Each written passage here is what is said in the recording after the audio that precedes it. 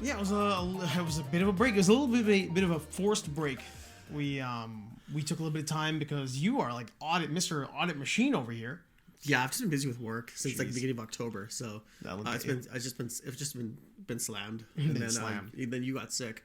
The kids coughed in my face. Yeah, and gave me whatever kids give people. Yeah, dude, I think it might have been that RSV or whatever they're calling it. Like that. Remember that thing used to hit us when we were in like 5th grade, and then we didn't have a name for it. We just called it the flu.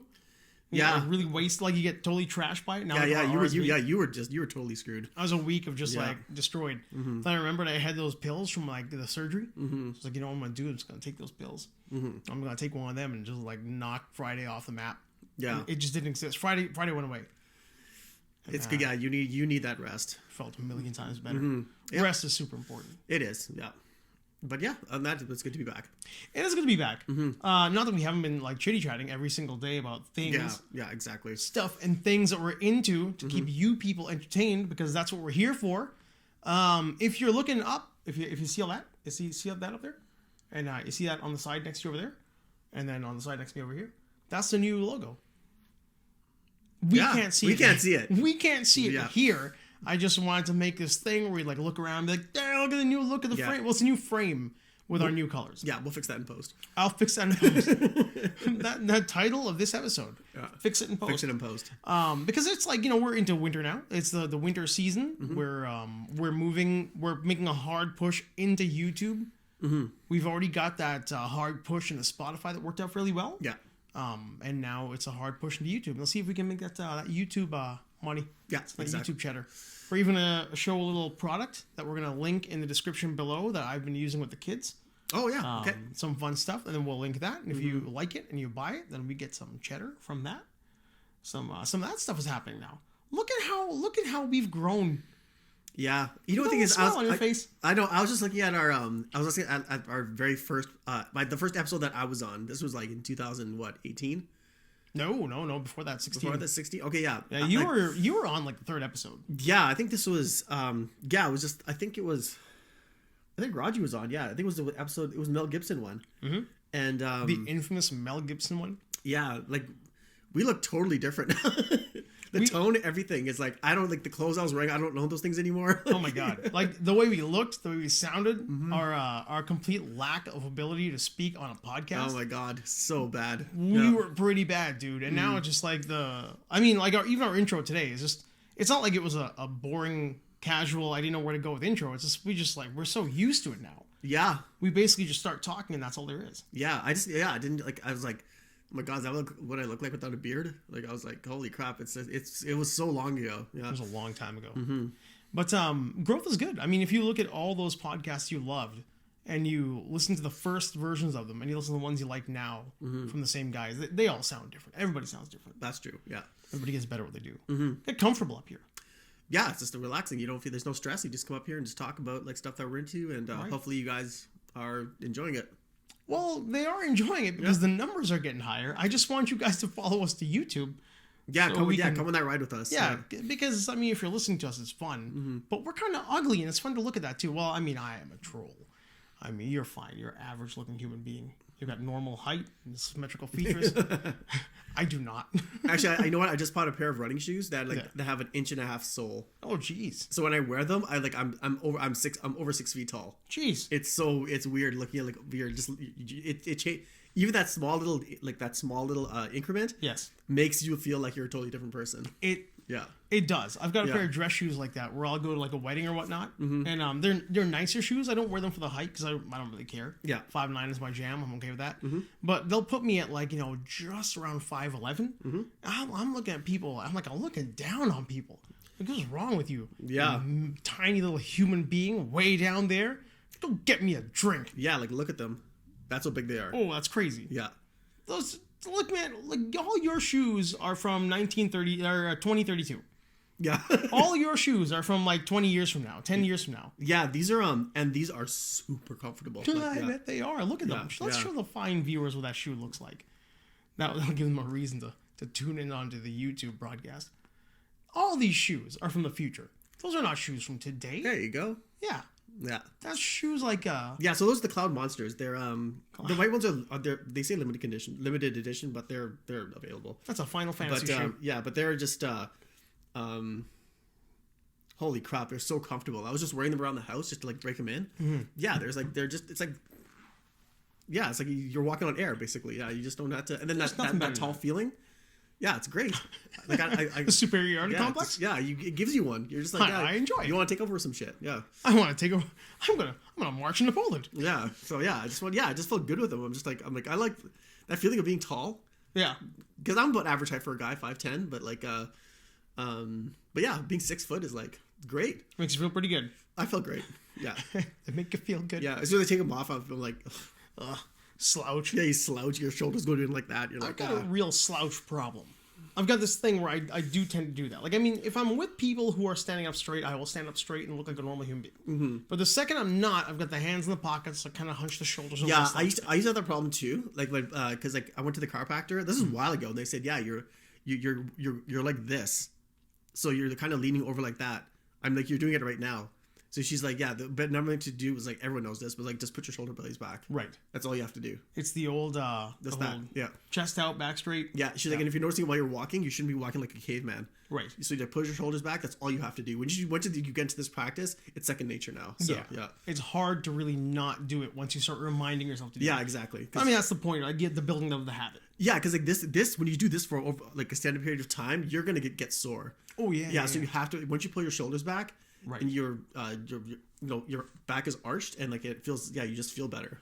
It's like that whole thing about why do you feel good doing the things that you enjoy doing? Mm-hmm. It's all because like your posture is better because you're enjoying what you're doing. Like the gaming thing, right? Yeah. If you've got a nice gaming chair, you're gonna be in good shape because like you're leaning back, you're relaxed, everything's cool. Yeah. You don't get sore doing it, and then when you're at work, you're hunched over because you're just the stress of being there. Yeah. Like your computer and you're typing and you're hunched, your back hurts. Yeah, that's the thing too, because I play video games in bed. Oh. Yeah, and like I'm like I have a pillow, a leaning back pillow, mm-hmm, so you can lean against the wall, and I just play like I just play like that, but yeah, it's like you can't game for like too long. No, you shouldn't anyway. But I mean, number one, you shouldn't. Yeah, exactly. Hey, speaking of gaming, I did it. Pull the trigger. What'd you got? I dropped the cash on that Steam Deck. There you go. Oh man, I don't make big purchases lightly. Mm-hmm. I'd ordered the first one. The ability to confirm my order came in, and I threw it out. I'm like, no, I'm not gonna do it. And then it was just sitting there. I'm looking at it. I'm staring at that thing on the old Steam Deck, the Steam powered page. I just fucking did it. Yeah. I just pulled the trigger. How good did it feel when you pulled it? Felt awful.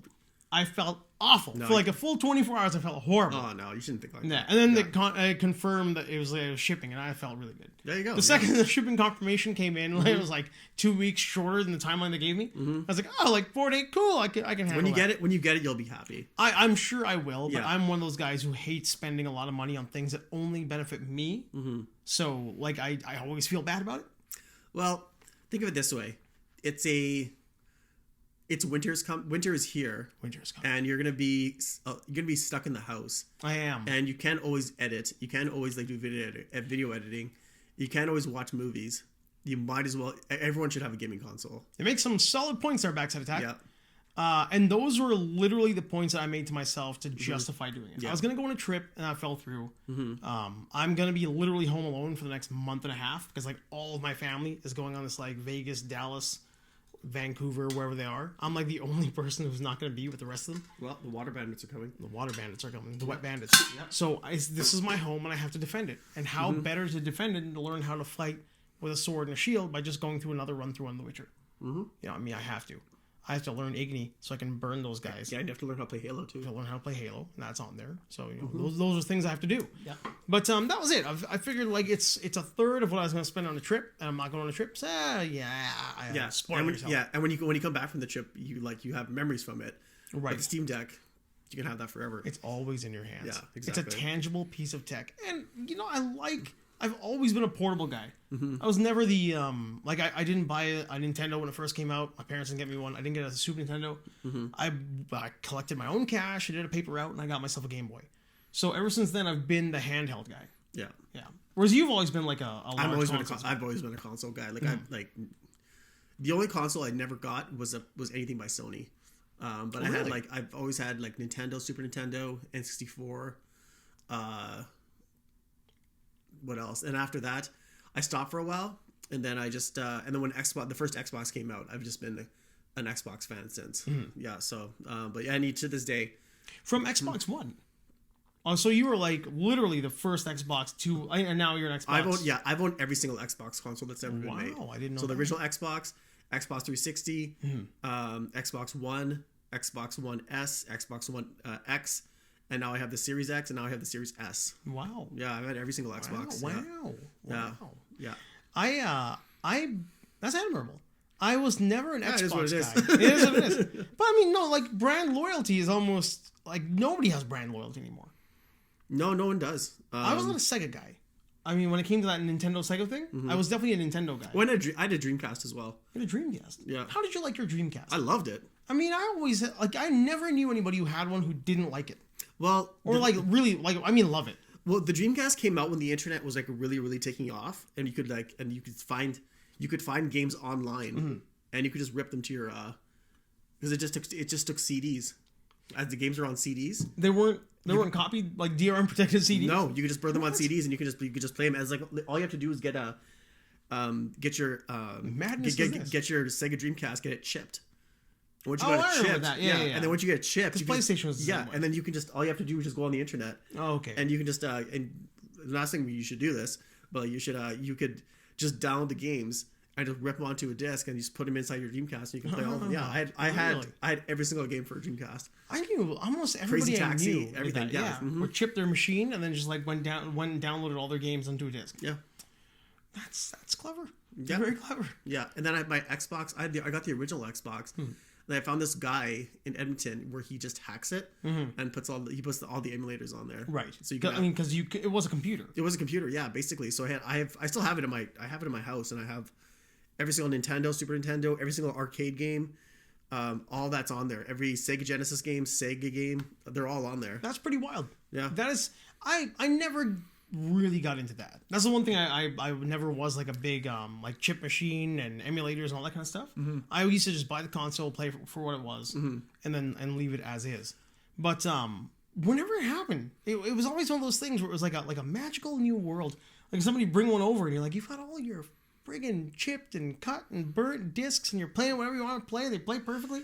Yeah, it felt like you were really doing something magical. Yeah, the only reason we kind of got it was for I got it because of I wanted to play like my favorite Nintendo games. Yeah, and like when you're spoiled for choice because everything's on there. But the main game that we play that all of our friends had or wanted to play, we had like Battle Royale for everything, was Super Bomberman on the Super Nintendo. Yeah, you cannot. We had wars in that. It turned ugly. It got racist. It got so bad. Violent. Yeah, and it was so competitive. I can't believe how competitive. Even before like a UFC fight or something like that. Right. We would just have like tournaments, and then we forget about the UFC fight. And we just have like Bomberman tournaments just going on.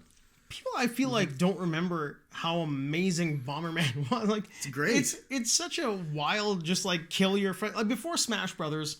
Before Street Fighter, all of that. Yeah, I think because Smash Brothers is more like, I think it's more button mashing. Yeah, I never really got into it. I never get into it, but like Bomberman is strategic. Yeah, yeah, like trapping your guy with bombs around him and like just running the hell out of there. Yeah, and being overpowered is not always the best thing. No, because you end up dead. You end up blowing yourself up. Yeah, and that's so. There's a fine line there, and I just it was just so much fun. And every time there was every color of a person, we just called them a different race. Oh no! Yeah, don't do it. Yeah, that's what we did. Don't do that, kids. Yeah, don't do that. Yeah, that's like 1994 kind of stuff. Yeah, exactly. But that was us. But but yeah, it was just so much fun. And to this day, you can still get. I have Bomberman on my Xbox, the new one. Oh yeah, no, it's still a great game. It's so much fun. Man, I think the reason I enjoyed that era of gaming, and still do, is why I enjoy that so much. The reason I enjoyed the Poly Mega and like the Retron 5, the reason I like those so much is because of that era of like, hacking the consoles. Yeah. And now like when emulation is big because like game preservation has kind of got to become a thing now. Yeah. It needs to carry on because like these cartridges, Some of them are like $3,000-$4,000 on the low end to get your hands on like really top shelf games in playable good quality. Like, and now they're graded and shit. Yeah. So you're spending like ridiculous. Like the collector market's blown up. You can't get your hands on this stuff. So you have to have emulators and you have to have game preservation. Yeah, I think that was the big thing about like when Modern Warfare 2 came out. I think some of the discs, the game is not on the disc. The game just has like the launching software. Right. And you have to download the whole 130 gigs or whatever how big the game is, right? What if Call of Duty? What if they take the games off the servers? It's gone. You don't have it anymore. I mean, you see it now, like with the DS stores and the old Nintendo, like the Wii stores. Like they're shutting down, and people paid big money for games. Yeah. Like $70 is not cheap, and like you don't just forget that you spent $70, especially if you're like in love with the game that you purchased. Yeah. And if it's gone, homie. It's gone. Yeah, that's the thing too. Is like that's why the Game Pass is good because you don't own like if you don't want to pay for the game, that's fine. But there's certain games that you love. Like if I was back in the day and like they took away like Nintendo games, like I would buy every single Nintendo game ever. 100%. Like if I knew they weren't going to keep them. Right. So I mean, if you told me like, okay, a great example is, I don't know if it happened to you, but it totally happened to me and it killed me. Was my PS3 worked completely fine. Like completely fine until like one update, and it's like, hey, guess what? We are no longer backwards compatible. Yeah, it's like it was overnight. Oh yeah, I had a PS3. That's right. I did. Yeah, and they just made the decision like we're not going to be backwards compatible anymore. So your PS2 games don't work anymore. Yeah, that's my biggest thing about Sony. Sony's very arrogant on their. Oh man, that's what I don't like about them. Yeah, they're just like Sony just doesn't have the money to like compete with Microsoft when it comes to because their whole thing is about selling consoles, which is fine, but that's like the infrastructure for like their PS Plus network, right? Yeah, I don't think it's as sustainable as it can be because like or as it should be. Well, their PS Plus, their PS Now, they don't put their TV. Yeah, they don't put their top tier games on PS Plus. It's all garbage. Yeah, because they say like if you want Spider-Man, you can't. You have to buy it. Right. You can't get it on PS Now. Yeah. Because we want to make as much money on those physical sales as possible. Which is, I mean, in a sense, I don't mind so much because I've always been a physical media guy. Because I remember the days of like trading your games in, like taking all your games to EB or whatnot. I'm on the fence about that because like the physical games, because the cartridges just end up in a landfill. Right. So like. In that sense, you don't like it. In that sense, I don't like it. Yeah, because I think the future of gaming is going to be streaming. Right. Yeah, because if you want to, you should be able to play your game, and I think to reiterate like what Microsoft's goal is to like you want to be able to play everywhere. Right. So whether that's TV, whether it's your phone, iPad, computer, PC, Mac, whatever it is, you want to be able to play everywhere. So that's the gaming market. That's where I think that's where it's kind of headed. No, you're absolutely right. Yeah, but there's certain games that you love. Yes. I used to be like that too. I'm like every Forza that come out, I want the physical copy. Yeah, I want it. Every Halo that came out, I want the physical copy. Right? Yeah. Gears of War, same thing. That's absolutely it. Like I mean, I'm a hypocrite in the sense that like I've got a gigantic Steam library, and that's not. I don't own any of those. I mean, I own them, but I own the ability to play them. Yeah. I don't have a physical copy in my hand. Yeah. But then there are certain things like I've got my copy of Okami, Shadow of the Colossus. Siphon Filter. There are certain games that are in my collection that I just electrocuting somebody to death and then watching them explode in a ball of fire on Siphon Filter. Like there are certain things I want that physical media in my hand because I have a connection to the game. Yeah, I wish I kind of like. That's one reason I would love to get like just the hard copies of Half-Life, all of everything that came out. Right. I have the software, but I don't have like the physical copies. The physical media. Yeah. So, but because I was playing Half-Life again, and I can't believe. Like if Half-Life came out now with new graphics and all that stuff, it'd be the best game. It still is one of the best games ever. But like, I keep hearing like Half-Life always shows up on those like clickbait lists, games that don't hold up today. And whenever I see like Half-Life on there, I'm like, are you out of your goddamn mind?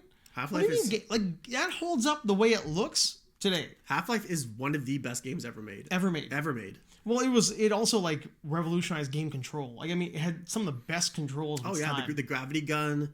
The way like when I see people who can speed run that game, it blows my mind. Like I finished the first Half-Life, but those guys who can speed run it, I'm like, how do you memorize everything? I got lost so many times in that game, but it's amazing. The speed runs I love and hate because I mean like we used to speed run Mario Brothers. Yeah. Like Mario Brothers was the first speed run game. Yeah. You've got to get to that like portal, get all the way was at world number 4, then jump to world number 7, like all the shit you used to do. But at the same time, like I love going to every single level and going through every little corner of every level. I'm that guy. See, I was that guy until after I played Super Mario World on Super Nintendo. So that was the game that did it for you? That was the game that I was like, there's just too much. Oh yeah, no, I love it. Yeah, that game there's so many things. It's huge. Yeah, it's huge, and so that's why I can't play these really big open world games. Yeah. Like, what is Vlad playing? Elden Ring? Oh God. Holy shit! Like, how do you play those games? Like, it's crazy. But I admire the hustle. I'll tell you what I don't like about Elden Ring and also Breath of the Wild is that there's almost like too much of a, hey, look, it's an open world, go bananas, or yeah, you know, wink wink, nudge nudge, walk that way over there, let's see how fast you can do this thing. I don't like that. I kind of like the idea of, hey, look, it's a gigantic world. There's the main boss too, by the way. Yeah. And you walk up to the main boss and get incinerated immediately. Yeah, those I do like that. Those From Software games are not easy. They're so hard. Like all the Souls, the entire Souls is hard. They're just impossible. Yeah, one game is really good From Software this recent game that I loved is Sekiro: Shadows Die Twice. Yes, yeah. Whoa, that game is unbelievable. I have not played it, but it looks incredible. It's incredible. Yeah. But moving on. No, we can stay right here if you want to. It's one of those days. I guess we got a couple like house cleaning things or housekeeping things that we would probably talk about. R.I.P. Kevin Conroy. Yeah. Since the last time we had our episode, our Batman died. I mean, like, there's only in my mind, it's like Michael Keaton, Kevin Conroy. Yeah. That's like the Batmen that were like number 1 and 2, and then a lot of admirable jobs done in between. Well, since. Yeah. Like lots of jobs well done. Yeah. Christian Bale, good job, man. Yeah. Ben Affleck, great warehouse fight scene, man. Great warehouse fight scene. Pattinson, you're trying really, you're not my guy, but I appreciate what you're doing. Yeah. I get all that stuff. Yeah, that's stylized Batman. Stylized. Yeah. But when it comes to like pure like what I think of that like 1970 to 1990 Batman. Yeah, Batman. The thing about Batman the animated series, especially the that whole series is like, I love it because it's right out of Tim Burton, but they took the design of like kind of like how Metropolis was, like, you know, that movie. Well, it's black and white. Yeah, yeah. It's like, you know, what do people in the 1930s thought the future would be, right? And it mixes that up a little bit. And so I was watching because I had the collection of all the episodes of the original series. And I was going back and watching it and some of those episodes. And then I watched Mask of the Phantasm. Oh my God. And Mask of the Phantasm is the best Batman movie ever made. It's probably the best Batman movie ever made. And it's the best distinction that I think an actor has ever done between Bruce Wayne and Batman. Yeah. I mean, like when you listen to the way his tones change when Bruce Wayne is happy and things are going really well. You feel bad for him. And you're like, everything's going so great. And then when he has to go into that Batman mode again, you're like, oh God. Yeah, when you put the cowl on when you put that cowl on, and then Alfred just looks at him, he's like, what the fuck? And he even says, like, he says, my God. My God. Yeah. Like Master Bruce, my God. Yeah. So that change was amazing. And so then I was having a Batman kind of weekend, and then I watched the making of the new one, Vengeance in the Making. I guess that's the documentary on it. It's on the Blu-ray too. And I think it's also on YouTube. It's on YouTube as well, yeah. It's about 15 minutes long. And they walk through like how the different scenes, because Matt Reeves is a huge Batman fan. Like he like mentions like different comics and different artists and different writers and stuff like that while he's going through it. And he was talking about how Batman year one. He's like, yeah, when Bruce Wayne's walking through the streets, like Robert Pattinson, when he's walking through the streets, he's saying like, the past 2 years and nights have turned me into a nocturnal animal. That scene's actually taken right out of that Batman Year One when Batman's like dressed up as a hobo. Yeah, he's like, because that scene wasn't originally in the script. He's like, I wanted to add that in because I read that in the comic. He's like, we should put that in there because he can't just walk around like beat the shit out of people. He has to like he has to stealthily like observe everything. He's kind of a ninja. Yeah, so like that's they put all these scenes in there, and then I remember you saying to me once is that after we watched that movie. You're saying it's kind of like the Adam West movie, but dark. If you look at his costume, like even the The way he's got the nose, Yeah. the collar piece. Yeah, the collar piece and the everything. car, Yeah. the house, the fact that he's got the, what's her name, the Agatha. He's got the Alfred, like he's got the old lady and Alfred in that gothic house. Yeah. He's got the way the phone looks, like all that stuff. Like it's kind of taken as a dark version of the Adam West Batman. And so I was watching it again. I watched the whole movie again, and it's just Black Catwoman. Yeah, I just find Riddler to be like he was better than I thought in the theater. Yeah. Yeah, man, my take on that is has not changed at all. I don't hate it, but it's not my Batman. Yeah. But I really appreciate that you've got a real Bat fan trying to pack as much. Like I said, I didn't know how much of a Bat fan he was, but he clearly did a shit ton of research to create a perfect homage to all the Batman movies. Yeah. Like there are definite cues to almost every single Batman. Maybe not the Affleck Batman, but as far as all the other Batman movies go, there's little cues to all of them. Yeah, there is. Yeah, that's definitely true. And I saw the making of the car. The car was completely 3D printed. Really? Yeah. I had no idea. Engine, yeah, everything was just like they want to make it look like he made that by himself. Man, everything's exposed. Yeah, it's what a great scene. And there's 4 different cars. Oh, I can imagine. Yeah, they made 4 of them. One street car, one's for the action scenes, one's a purely electric car. I mean, they made a ton of them, and they said, they want to make this car to look like he just made it, but he also want to make it like into a battering ram. There's a great, I think it's in Nightwing, like the first Nightwing run with the one where Phil Hester I think does most of the art for it, where he talks about the Batmobile when he's building his own car. He's like, number one, it's got to be like a battering ram. Yeah. Because it's got to be the most durable car ever. The windshield is coated in like Nomex so bullets don't fly off. But more than that, he talked about, I think it's in that comic, but he talks about how the Batmobile has got speakers on the outside that absorb, or like they're microphones and speakers. So it takes a sound around him and amplifies it. And then like if he's like hunting somebody down, he cranks up like bat sounds. So that the car is like a fear factory. Oh. It's just like it's spreading fear to anybody who's chasing. Okay. So as Batman's driving in this thing, he's literally coming at you like the devil. And then like you're hearing sounds that aren't natural to you. Yeah. I feel like they really nailed that in this movie. Yeah. It's it gets better every time I see it.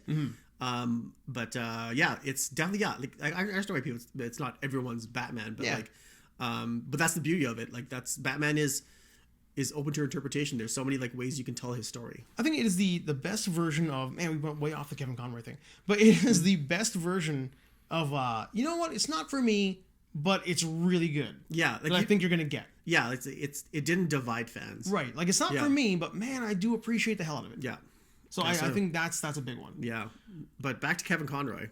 Yeah, I mean, who knew? I mean, I don't think that was all of a sudden. Yeah, it was just it was kind of sad because like his voice, I just think of like when I think of Batman, like right. Yeah, and like I think that was the one thing that the stipulation that him and Mark Hamill had, right, was that they had to like do their lines together in the same room. Record in the same room. Yeah. It's such a good call. That's great. Because you can feed off each other and how do you not, like, I mean, when you look at the way Mark Hamill records his lines, as Kevin Conroy, how would you not appreciate the shit out of that? Yeah. And for Kevin Conroy, whose Batman was just so perfect, how would he not be able to play off? Yeah. And then get the response from Mark Hamill afterwards? Yeah. Like, it would have been just perfect chemistry. Oh, yeah, for sure. Yeah, I remember I was watching a scene from, like, one of those episodes, and then I guess that was when Lex Luthor was making a deal with the Joker. Oh, and then the movie. Yeah, the movie. And then he said, what did he say? He said, he goes, why would I deal with you? He goes, because Joker said, why would you kill, our goal is to kill Superman. Yeah. And he goes, what do you think you can do? Then Lex Luthor's like, what do you think you can do? Like, you can't even deal with a mere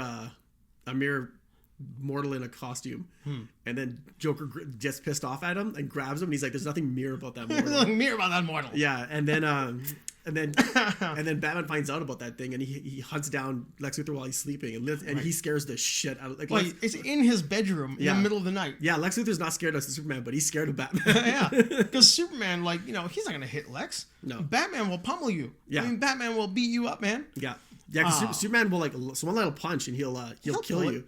Batman will keep punching over and over. Yeah, there's a great moment in that. It's the world's finest when Superman confronts Batman for the first time, he's beating the crap out of a room full of thugs for no good reason in Superman's eyes. Like, you don't beat up normal human beings. What are you doing, you maniac? And Soup's kind of like steps up on Bats, and he just pulls out the kryptonite. He's like, check it out. Yeah. See this shit? It's like 5 tons of this in the harbor. Yeah. He lets him know that, like, hey man, like, number one, I'm on your side, but also don't push me. Yeah.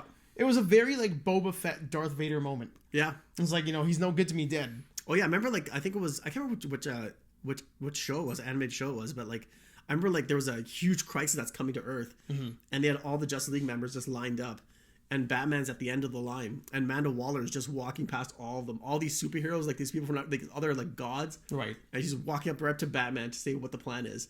Talk to the general. Talk to the guy who knows the most. Yeah. You can talk to the soldiers, or you can talk to the general.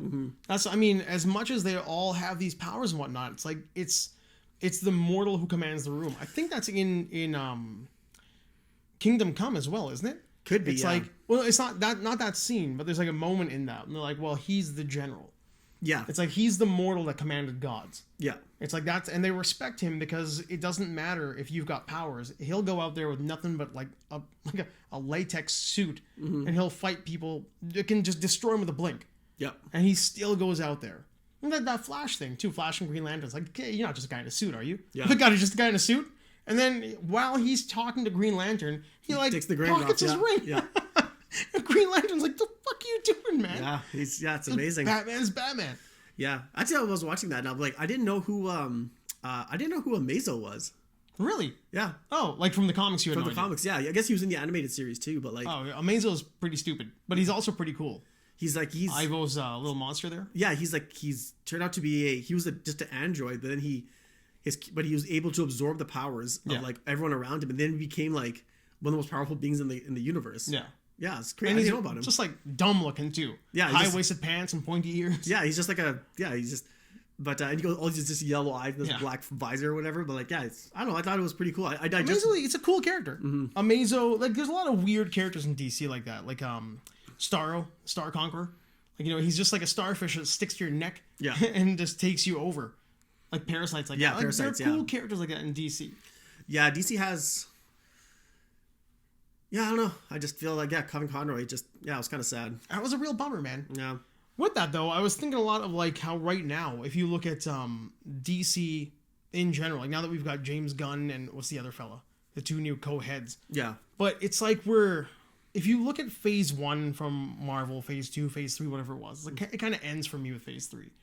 But now you're getting like all the TV shows and all kind of goofy and silly. It's like we're kind of entering the Silver Age. Like, I don't remember like the golden age of comics. The golden age, the golden age was in the 40s, right? Yeah, like 1937. Yeah. 37, 38. So you see like Superman and Batman, all these characters come out, Green Lantern, Arrow, the Justice Society. They're all great characters until like Flash of Two Worlds.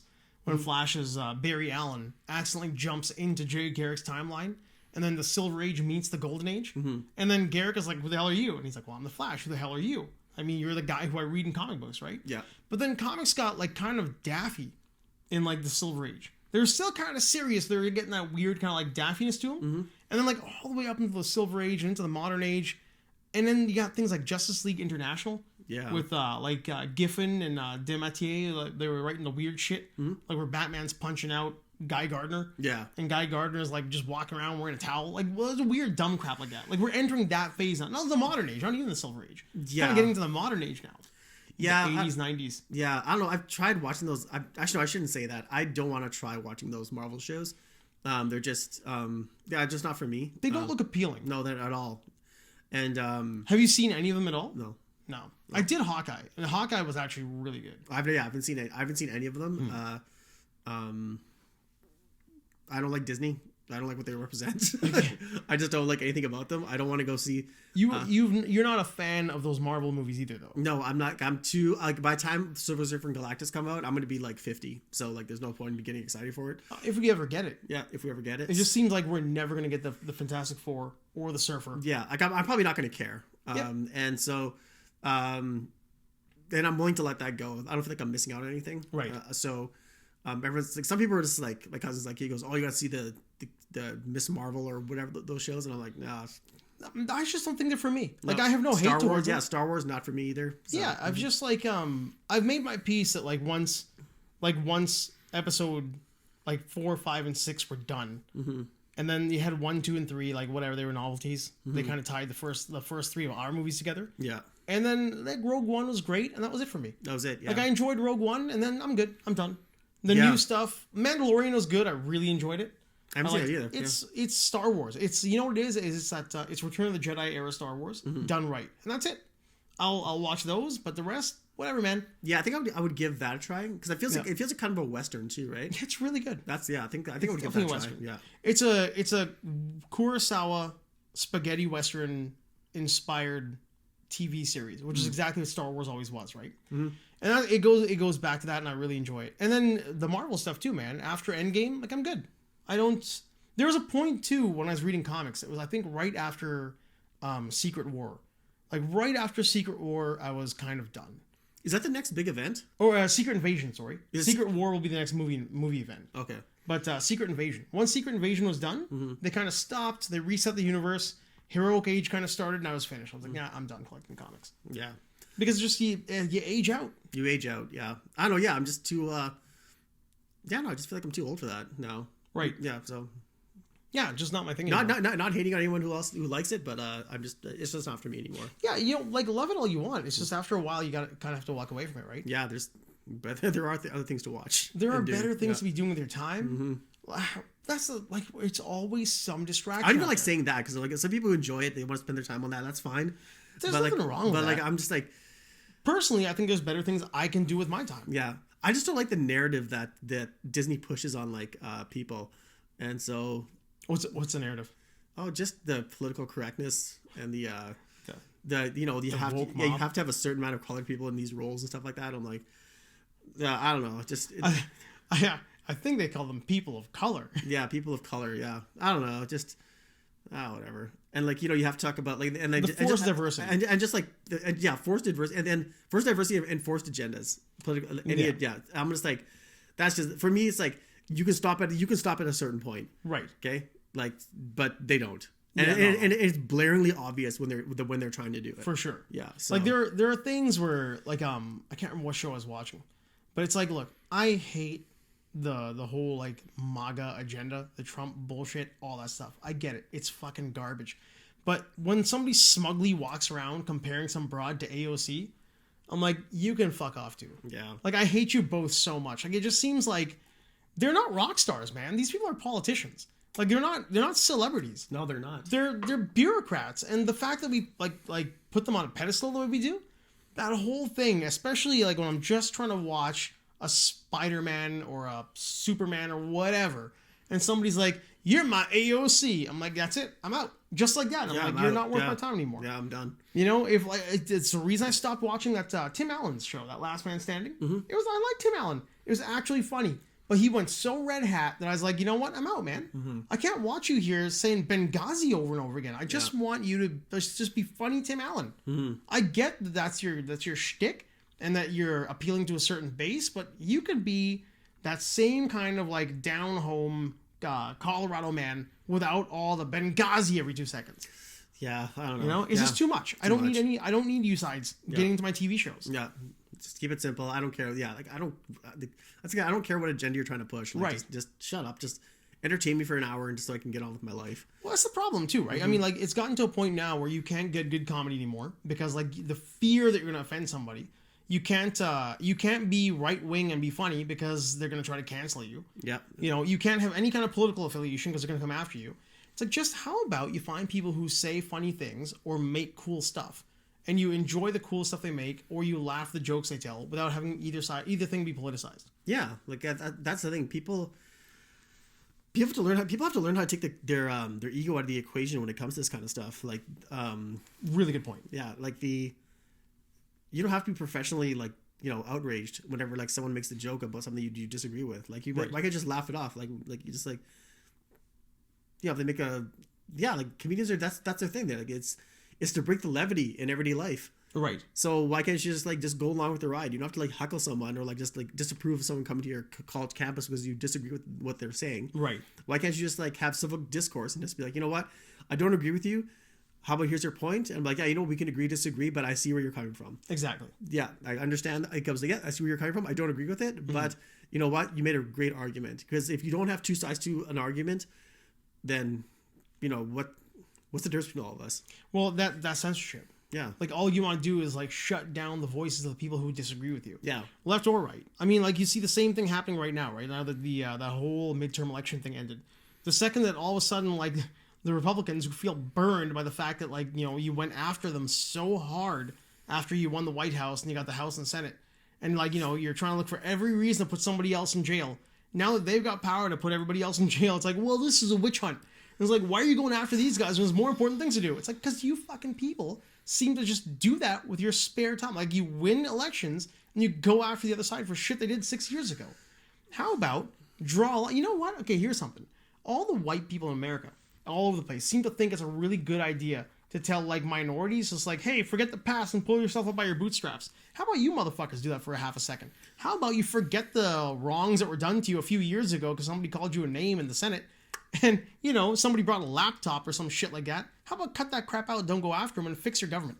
Yeah, how about fix mental health in the military? Yeah, they're trying to, like, entrap people. Why don't you just spend the time that you have? Right. Be a hero. And just, like, fix the country. Right. Like, be the parent. Yeah, because that's the thing about Trump is, like, what I find about Trump is that he doesn't really like America. All he does is trash it.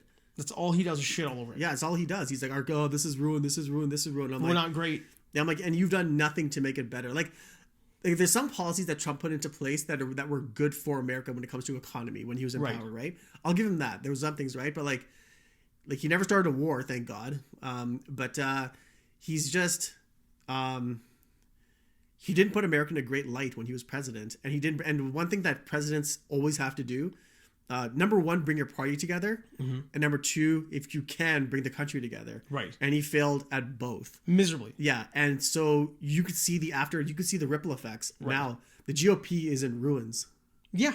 It's in ruins. They can't get their shit together. Yeah, so. And now they're going to spend all the time and power they have is going after the Hunter Biden laptop or some other crap. Yeah, because they have nothing else to focus on. Yeah, because in the long term, it won't matter. No, what's going to matter is like, maybe like simmering down the youth poverty. How about you like get less youth poverty in your country? Yeah. How about that? How about your infrastructure? How about like somebody drives over a bridge without their fingers crossed for a second? How's that going to work out? Okay, let me ask you a question. What could you do to improve the safety in cities like Chicago? What would be the empirically speaking, what would be the best thing to do? But it might not be the popular thing to do. Man, cities like Chicago, like where there's a lot of gun deaths and lawlessness. Well, those cities are so far gone. I don't think it's going to be a trickle down, but number one, I think you have to raise up some. Like, you've got to make people smarter. Okay, well, let's say you were in power. If I was in power? Yeah. God, I don't even know where to start. I mean, okay, so first things first. So, like empirically speaking, what would the solution be if you could do it? Well, I think number one, you need smarter kids. Okay. Better education all around. You get better education, access to like programs that like empower youth. Feed them. Yeah. You put them on the right start right off the bat. Not hindering their education is one. Okay, so that's a long-term thing. That's a long-term thing. What do you think? It starts. What would be the starting point? It starts by not going after a political party first. It starts by taking all that power that these people take into like funding. Like, military funding, the NRA, all the other bullshit they put their effort into. All the bullshit they put into, like, Roe versus Wade and abortion and shit. Like, none of that fucking matters worth a damn. Taking all the energy that they're putting into things like, lobby groups like Nestle coming in saying that we can take water from, like, land in the middle of Wyoming. All the crap that's happening with that kind of stuff, where you're constantly, like, trying to stop the liberals from blocking those programs, like those big money, like big government, big corporate programs like that, and putting it into things like education, putting it into your children first. Yeah. Funding programs that actually matter. Yeah, I'm wondering if like because I'm not like we are so beyond. Like, but I mean, I'm an uneducated fucking hillbilly. Like realistically, I'm a dude with a podcast who doesn't know what the hell he's talking about. So like, it's so easier said than done. Yeah. Like those are pipe dream. You can't even take what I said and run with it because it doesn't. Like it's like obviously. Yeah. Everything I said, like somebody started looking at being like, well, obviously, but how do we break those programs down? Like we're so institutionalized in everything that we do. Yeah, like there's the argument could be made for yeah, not the most popular thing, but I think empirically, if you crunch the numbers, to get like new businesses opening up there to so more like that would lead to like a snowball effect would lead to more jobs, better economic output for the city, would be just to hamper down crime. And this is probably not the most popular thing, but it's just and would like to get your opinion on this. But what do you think about increased police presence? Man, not lockdown. Yeah, but you have to train them so much better. I mean, you have to pull cops from the neighborhood. Yeah, let's say if it was cops who were who were competent in their duties, and saying you know what, because the number one thing is crime. Let's say crime is the pretty much the elephant in the room, right? When it comes to that stuff, right? So let's see if that's because that's in Chicago. That's pretty much the main issue. It was number one. Yeah, so it's like more shootings in Chicago in a day than there is in the U.S. in like a month. Yeah, so what would increased police presence lead to? Man, it's such a slippery slope, right? You get the wrong cops in the wrong neighborhood, it's going to incite violence. Like it's just going to ramp it up way more than it is, right? Because poorly trained. Okay, so number one, step one would be you don't defund the police. Defund the police. Yeah. You reform the way they're educated. You get them properly set up for what they're gonna go and see in the street. Yeah, which is like better education. Number one, they don't need better guns. They're already armed to the teeth. They don't need. They're probably outgunned by the people there. They're probably outgunned, but getting them an AR-15 isn't gonna help. No, it's not gonna help. Yeah. I mean, you'd have to have community policing, actual presence on a storefront style presence. People can walk in there and not just complain about crime, but maybe get help, get legitimate help. The police become more of a counselor than they are a police officer. But it's just, man, it's such a slippery slope in a place like Chicago. You can do it here. You can do it in smaller cities. Yeah. But a place like Chicago, it's just it's such a fucking nightmare. Yeah. Yeah, the police here are very, in Edmonton, I've noticed that they're very, I've had, every time I run into a police officer, it's a positive experience. Yeah, I think that's probably pretty accurate for most people. I'll give you an example. I just got just 2 weeks ago, I was coming on Whitemud and just turning onto 17th Street. I had a red light, but there was no traffic, and I had the lane to go because it's my own lane. I just yielded and I went, and then there was a bunch of cops there, and they were pulling people over because I didn't come to a complete stop, so they pulled me over. And so I said, yeah, my fault. I was like, yeah, the police officer was so nice. He's like, no, I pulled you over. I said, yeah, I didn't stop on the right light. He's like, yeah. He's like, yeah, I just see your license registration. And he's like, yeah, I'll be right back. He was really nice. Came back and he's like, okay, he goes, the ticket for this is actually $430 for not stopping, rolling through a stop sign. I was like, what? And he's like, yeah. He goes, but I'm going to charge you $200. And I was like, oh, I put my fist out and he gave me a fist bump.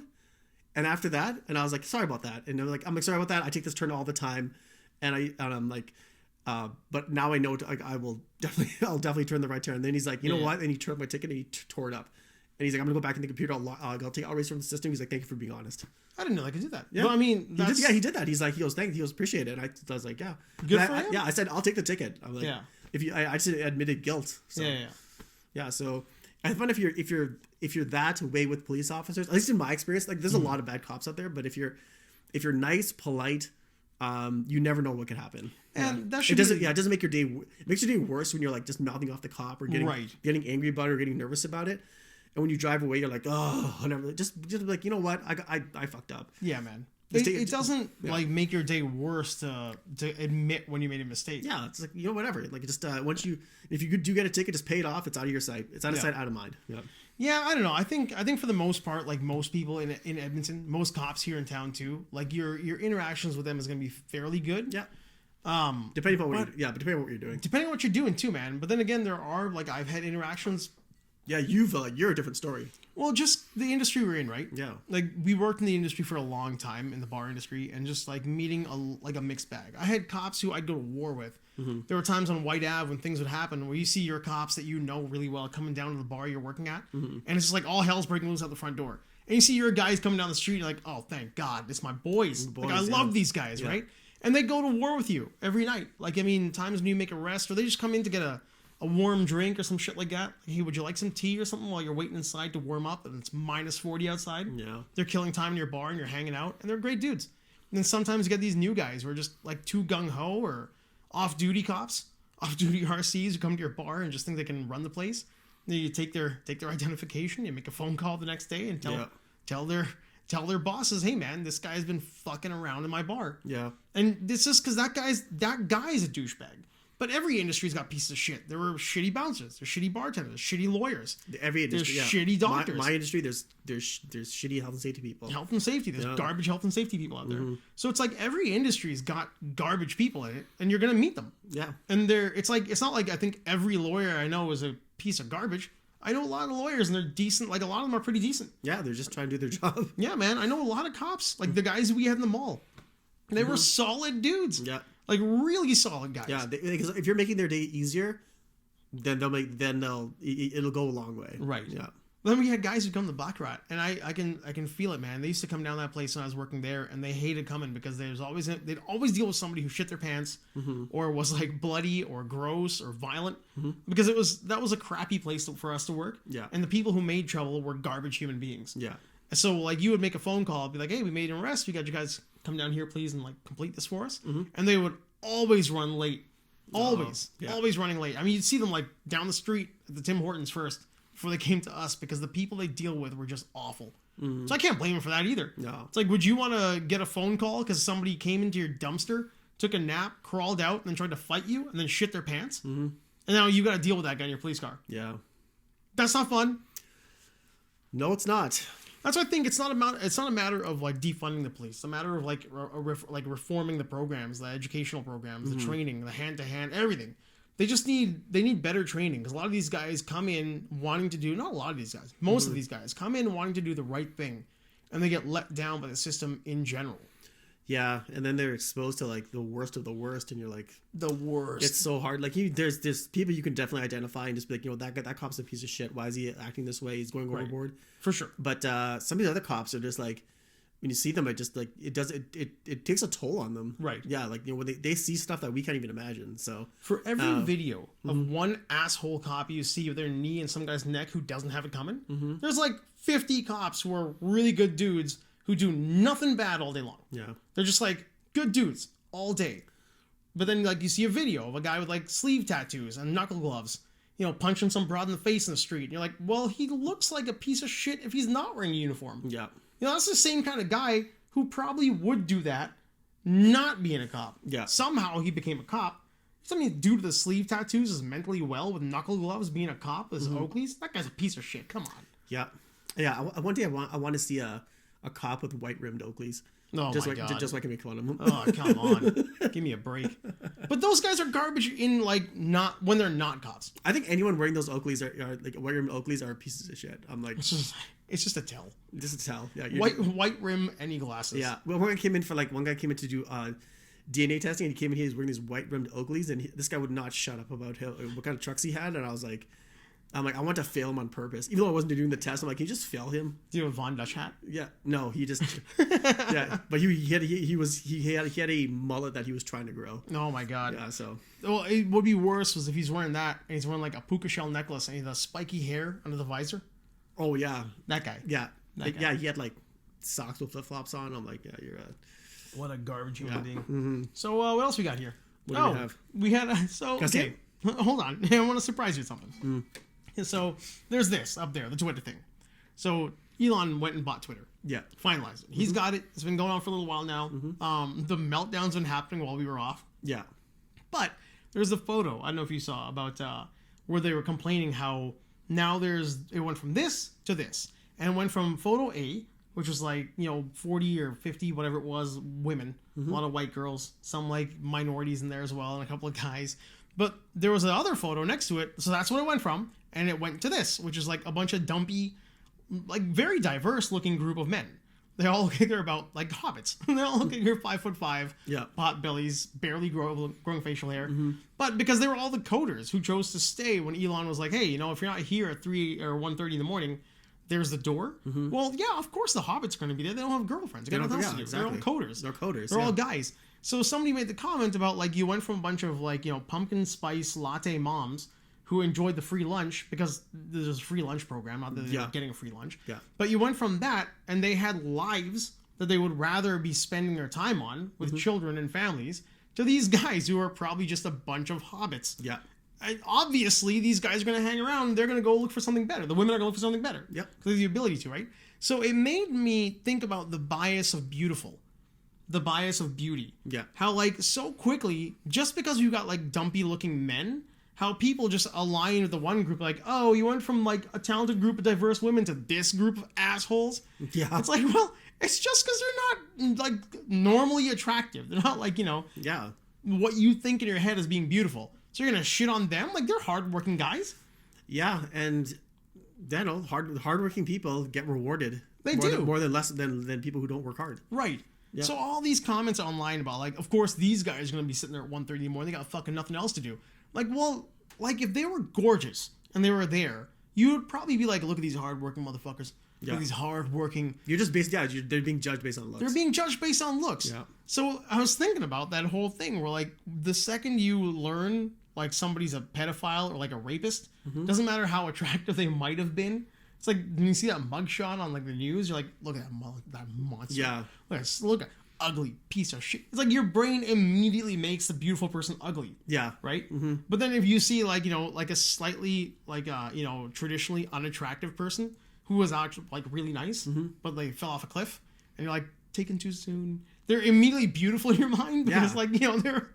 It's just this whole bias. Because you think about the struggles they went through. The struggles they went through, like, what a beautiful human being. So why is it then that, like, all of a sudden when we see people who are, like, you know, not traditionally attractive, but they're trying to do something that's, you know, out of their lane, you hate them so much? Yeah. Like, why do we do that? Yeah, like, why are you trying to bother? Like, why you... You know, yeah, it's like, why do you bother? Why do you bother? Yeah, but that's our internal... something. It's an internal like thing that we have to get over, right? Because we do that when we were young, for sure. Yeah, like I got like that's like bullying, like when you make fun of someone based on their looks, right? I got out of that probably after junior high. Yeah, and so but you it's like, of course he has nothing to do. Of course he's gonna work there. He's like, look at that guy. Like that's all he has. Right. Yeah, but but then like you, but if you look at that person, if that person was going through a tragedy or was like was a hard worker, and stuff like that, you'd be like. Oh, like, oh my God, that's what a beautiful soul. What a beautiful soul and stuff like that, right? Whereas these women who want to work like 9 to 5 and have free lunches, which are just going to waste basically because no one's taking advantage of them, and the company's is not making any money, but they want to work there and just like take like so many breaks and stuff like that, like those are the people who are not going to make that company money. Exactly right. Yeah. Like you've got a bloated workforce of this, like, you know, what was it, 1,900, 2,000 people? Yeah. And now he's cut it down to like less than 150.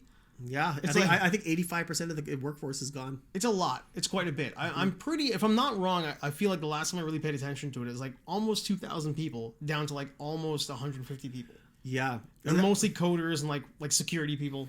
Yeah, because I think that's where you kind of have to, I could be wrong about this, but I think that's kind of where you have to start. Is like you have to get rid of the garbage. Then you have to do like a overall review of the system. To see if how many of the accounts are bots. Yes. And then see which ones are, because you can't do Twitter polling to see if like to make decisions because you don't know how many of those polls, how many of the people who are going to those polls are going to be bots. Unless it's Trump. Yeah. He's back, baby. Yeah. So like I think what you have to do is I think maybe they're just going through the growing pains of when you're transforming the company. Okay, you're making a lot of people unhappy. They're going to leave. Right. The unattractive are going to stay. You're going to have to go in there, clean up the software to make sure that to find out if anyone is a bot, clean that up, reinstitute the software and the system. See, because like what they're planning to do on that is like how YouTube has shorts. You want to be able to like, have that functionality in Twitter as well, and also have it so users can actually like make their Twitter account a revenue stream for them, where they can post videos and stuff like that. Same thing with what they do with YouTube. That's the end goal. Well, that's what they want to do with it, right? That's the plan. Yeah. So like, but that's not going to happen overnight. So, like with anything, when you go through, when this whole this whole thing is so big, it's always open to criticism. Yeah. So like, there's so many voices criticizing you. Yeah, there's so many, right? A lot of those criticisms are probably valid. They probably are, right? Yep. So like, but nothing is going to change overnight. So I think that's the whole thing about the way I look at it is like, okay, Elon Musk bought Twitter. If you're going to change a platform that big, and if your plans are like, because Elon Musk is one of the tech CEOs who does not bow down to the government. Where like Facebook did when they say like all those when they went to those committees, they had to say like, you have to be regulated. We have to regulate what you're doing. Right. Elon Musk said no to all that. Yep. And so when you do that, and then you go after a company that was kind of like looked at as being regulated to make sure that either people go on there to make sure that you have to be careful what you say, and then there was it just divided people so many times.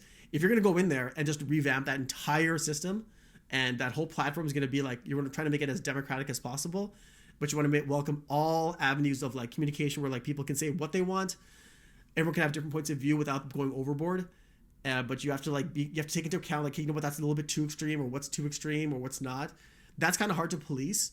So I think that's going to be the biggest problem with for transforming Twitter. It's like, how do you find the middle ground where it's like, or that kind of like that town square idea where you're like, everyone's opinions are welcome, but you can't have an extremist point of view. Exactly. Yeah, I think that's going to be the hard part. Unregulated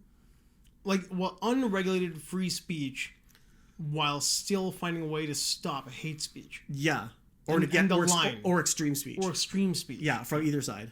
Right. Yeah. So when it comes to like either like you could have everyone's opinion is welcome, but you have to be able to like within the confines of civility. And legality. Like within the confines of civility and like, not diving into... So can he do that? I don't know. I think it's going to be really hard. Yeah. It's already... And plus, like, while he's doing that, he's trying to find a way to, like, generate revenue. Yeah. Because he raised money for this. So... Yeah. And then he sold some shares of Tesla to, like, put some money into it. Right. But, from what I read, anyway. No, you're right. He did that. Like, this is before the Twitter purchase, before the whole court, all that stuff. Mm-hmm. He sold Tesla shares to purchase Twitter, and then he just took another. That's what I was talking about. Sale as well. Mm-hmm. I think 59 billion he sold as well. Yeah. In stock to do more work at Twitter. Yeah, but he's getting another 60 something billion dollar payout. A payout, yeah. Yeah, for Tesla because they achieved all their sales targets. Right. So. Jeez, man, billion. These guys are like they're dealing in billions. But it's all relative. It's all relative. Yeah, that's the thing. They're dealing in billions the way we deal with like thousands. But also like think about this though. When you get to that level, if you're a tech investor, money's a phone call away. Right. And if there's a you would hope. Yeah. No, for those guys it is. Well, it also depends on like the goodwill you've done, or like if Twitter tanks, right? Let's just say Twitter tanks. Money's not going to be a phone call away for that guy. Well, like investors are going to be hard to. They're going to be rally. Yeah, they're going to be hard to rally around. But like even like there was a documentary on Netflix about like how social media companies like how much they influence our lives and we don't even know it. Mm. Like for Facebook, if they want to generate revenue, it's just a matter of like pressing a button and getting all those and getting ads out and stuff like Pumping that. More ads out. And just trying to get like what. Seeing people's like what they like and stuff like that, right. They can make money automatically. It's tweaking the algorithm. Yeah, it's just tweaking the algorithm, so they can make money whenever they want. But as we know, they're dumping billions into the metaverse or whatever that thing's called. Right. And so they're going all in because Facebook as a platform, the social media platform, has it's plateaued. Yeah, it no longer has any kind of like real value to them. No, it doesn't. As far as like a social media platform. Yeah, so they're like as an advertising, like as a revenue generator. Yeah, so Facebook went like this. Something else. Yeah, so Facebook went like this, and the next thing you know, it's plateauing, and so they're like, you know what? Let's take all that money and put it into something else. Right. The metaverse, but then that goes like this. Yeah, because I mean, because the money is just being like just blown out, and there's nothing. You can't build that metaverse like with $50. And a couple of coders. Yeah. Like it costs so much money to build a virtual reality world. Yeah. Like I mean, and it's gonna be a world. It's not gonna be a place that you just kind of like hop onto and you check out a room or. I've heard. Imagine Twitter, but you can walk around it. Yeah, I heard it's like something. I think Marquez was talking about it. He said it's something you have to, like, we can like look at it like just videos online, but I think it's something. He said it's something you have to experience for yourself to make a really good judgment on it. Yeah, I mean, like I've only seen the videos of people who have that's all I've seen. Yeah. And when you think of the idea that, like, you know, it's you and me right here doing this podcast, but you can't make it or I can't make it. So we take basically a metaverse goggle and a camera and just a couple things on our hands. Yeah. And this entire room is recreated here, and your space is recreated where you are. Yeah. And we can interact like this, looking at each other. The thing is tracking your eyeball movement. Yeah. And it's looking at me, look at you, and then it can look at me, look away for half a second of the camera, and look back while I'm just doing exactly what I'm doing here. Yeah. I mean, we're not tangible, so we're not going to be able to interact by bumping into each other. No, but like, it fools you so much into thinking you are that you try not to bump into each other. Yeah. And then you can walk around the whole house or street as well. Mm-hmm. Yeah, because it's mapped out. It's mapped out. Yeah. So they're building the planet, the world, a literal virtual version of the Earth. Mm-hmm. Yeah, I don't know. I think it's like it's two. I think there's two sides to it. So there's like the everyday usage of what the metaverse is trying to create, and then you have like the I guess the flip side of that would be like what Neuralink is trying to do, where you put the chip in your head, where you have and the interfaces with the device, and then from there you can just do you can interface as fast as like you want instead of like this. Speed of thought. Yeah, speed of thought. So the argument from Facebook's or Meta side is that that's not good for everyday usage. Right. But they would Mark Zuckerberg will succeed that he'll see the point where he says, I can see where that could help out medically. Mm-hmm. But where Elon Musk is talking about is that the cyborg interface, if you want to call it that. Yeah. So I think both of those things are it's just way too early to tell, which is these are like, we can criticize from like such a low level of what these guys are doing. These guys are like echelons and echelons above, like they have the money, they're talking to the smartest people in the world when it comes to this kind of stuff. So we're just like, but we're the ones they're trying to create it. They're trying to cater to. Yeah. So like we're going from being the product to being the consumer again. Yeah, exactly. In a sense, right? Now, I mean, sooner or later we'll become the product again. But right now we're like, once you hit that, like you're saying, that plateau, then we go from being the product because they're advertising, they're using us to generate revenue. We've always been the product. We've always been the product. But for a little while, it seems like we're the consumer again for a little bit. Yeah, but until they find a way to monetize that as well. Yeah, we start out as guinea pig, then consumer, guinea pig, consumer. Right. So it's tried out on us.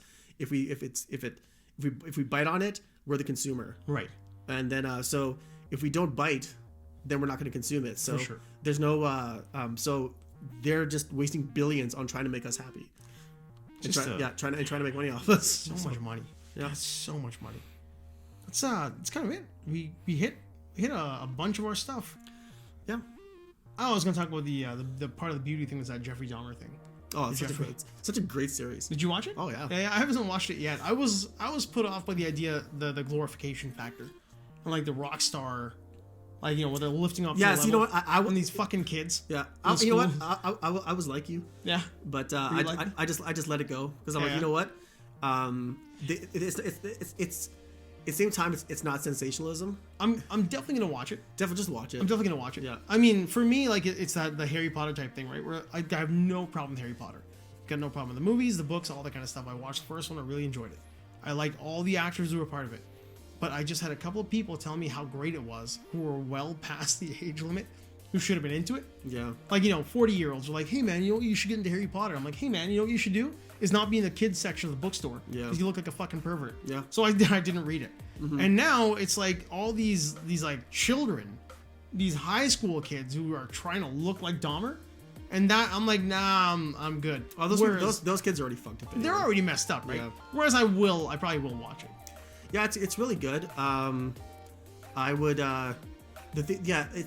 there's the one thing, actually there's one director who makes movies where the things he doesn't like, or the people that or who are in his movies he doesn't like, he doesn't describe them the way they actually are.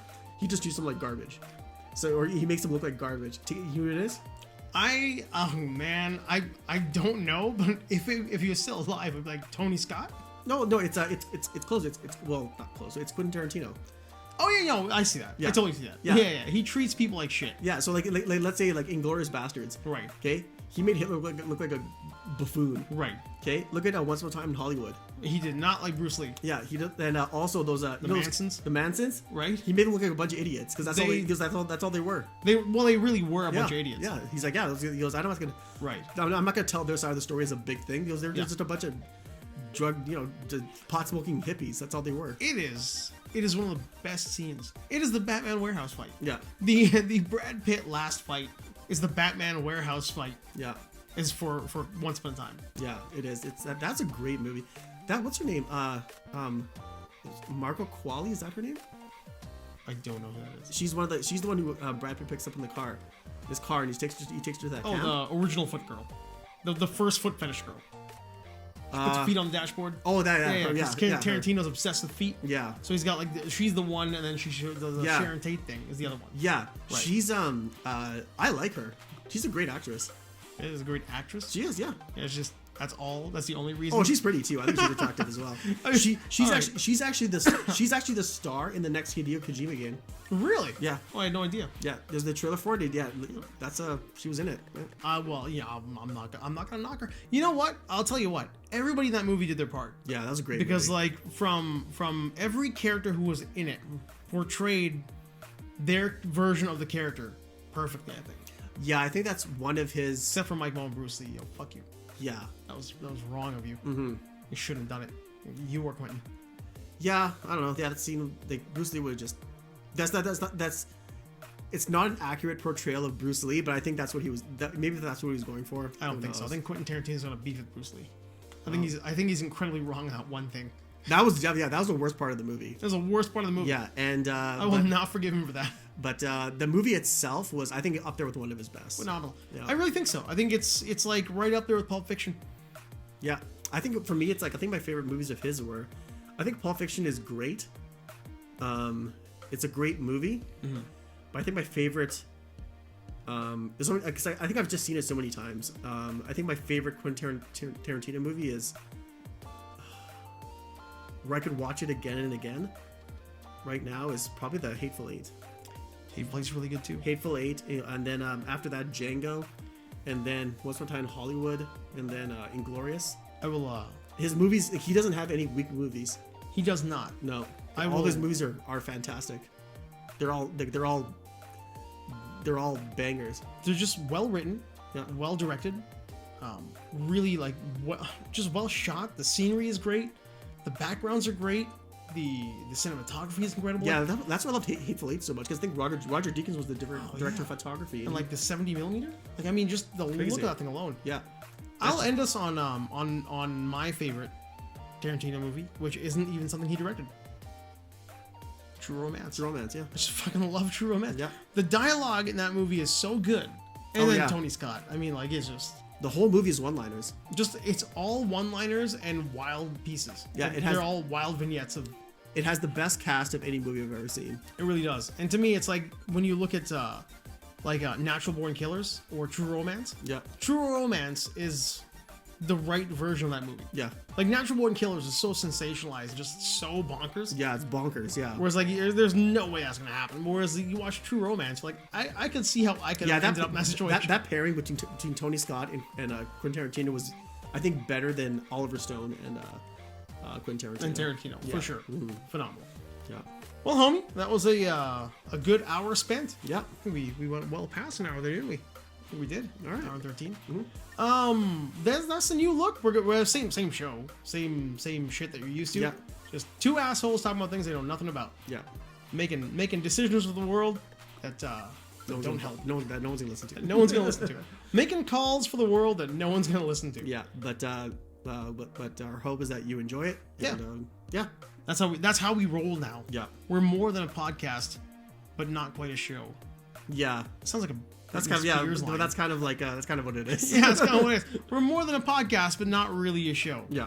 Yeah. Yeah, So so- all the names are slightly changing as well before we end off. On YouTube now we're at Barely Safe. BSFW podcast you'll still find on Instagram and Twitter and all that kind of great crap. Maybe not Twitter. Who knows? Maybe the Yeah. meltdown will kill Twitter. Yeah, We're exactly. not there, but we'll be on Instagram. We'll post more up there as well. Indeed. Well, That's how it's gonna go for you. Indeed, we end on Indeed. peace out.